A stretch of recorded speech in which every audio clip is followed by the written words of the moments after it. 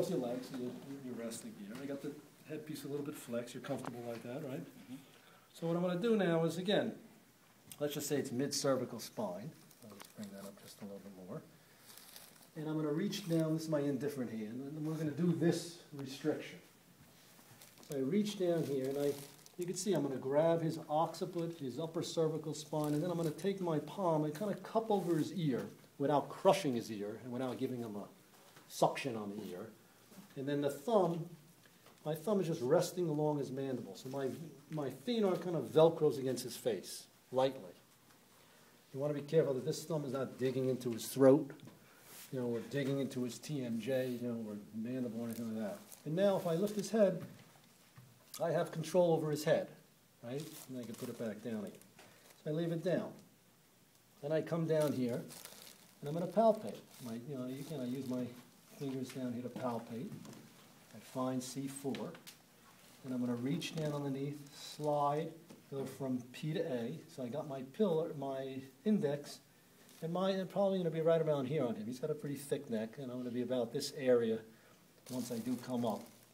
Here, then I take this hand, and I velcro my thenar against his, mandible area without putting too much pressure. I don't want to make a suction over his ear or crush his ear. And my thumb rests along here, but I have a little bit of pressure here. And I'm going to just let up a little bit on the pressure. And again, what I'm going to do is I'm going to flex his head up until I start to feel it moving where my finger is. Now I'm going to start to laterally flex his head. I got to take a step to the inferior. Elbow gets tucked in here. And then what I'm going to do is once I laterally flex him, now I'm going to rotate him. And I can take out more slack, more slack. Once I have all the slack out, I impulse. Right, so it's just a quick, but it's a quick impulse, right? You see, I didn't take him, whip his whole head and decapitate the guy. It was quick, and it all came from the pec right down the arm, through the index, right in there. But everything was positioned right, and I did this very slow because I was walking my way through it. I usually don't go that slow. But you felt okay, right? Didn't bother you?